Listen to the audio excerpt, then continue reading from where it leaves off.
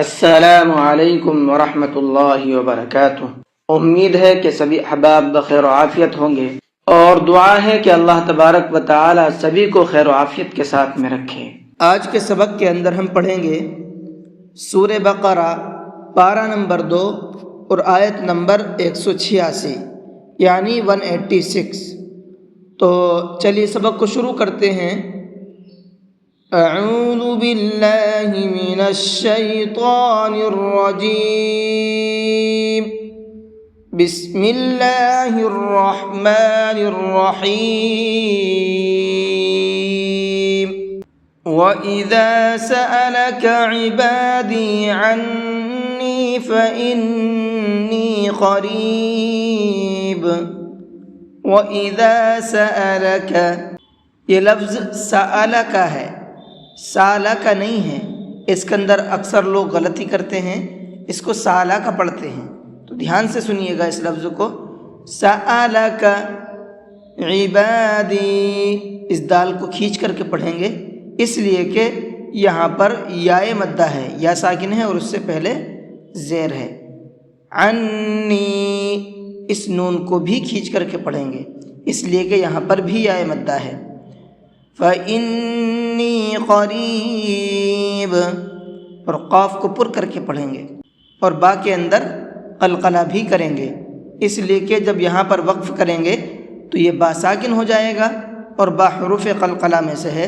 جب ساکن ہوتا ہے تو اس کے اندر قلقلہ کر کے پڑھتے ہیں، یعنی ہلکا سا آواز کو ڈبل کر کے پڑھتے ہیں۔ اجیب دعوت الداع اذا دعانی فلیستجیبوا لی ولیؤمنوا بی۔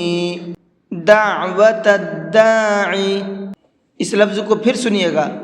دعوت الداع فلیستجیبوا لی، یہاں پر اس با کو بھی کھینچ کے پڑھیں گے، اس لیے کہ یہاں پر واو مدہ ہے، واو ساکن ہے اور اس سے پہلے پیش ہے، اور لی کے لام کو بھی کھینچ کر کے پڑھیں گے، اس لیے کہ یہاں پر یہ یائے مدہ ہے، جو ابھی میں نے آپ کو پیچھے بتایا ہے۔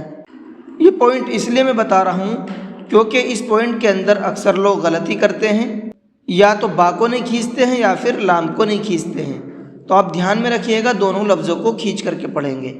فَلْيَسْتَجِيبُوا لِي، ٹھیک ہے، وَلْيُؤْمِنُوا بِي، یو کے اندر یہ حمزہ پڑھا جائے گا، واو نہیں پڑھا جائے گا، اور یہ حمزہ ساکن ہے تو اس حمزہ ساکن کو جھٹکے کے ساتھ میں پڑھیں گے، کیونکہ جب حمزہ ساکن ہوتا ہے تو وہ جھٹکے کے ساتھ پڑھا جاتا ہے۔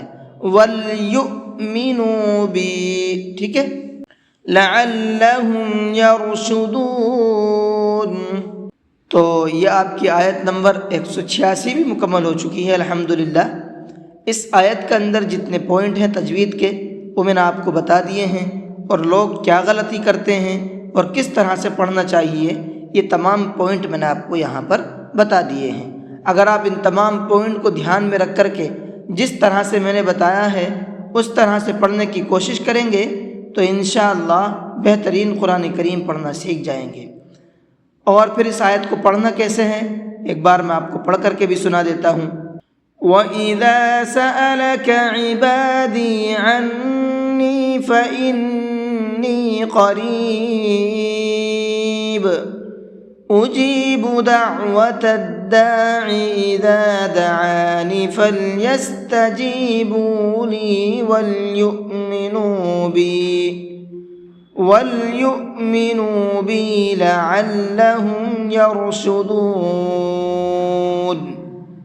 جی، آج کے سبق کو یہیں پر ختم کرتے ہیں۔ السلام علیکم ورحمۃ اللہ وبرکاتہ۔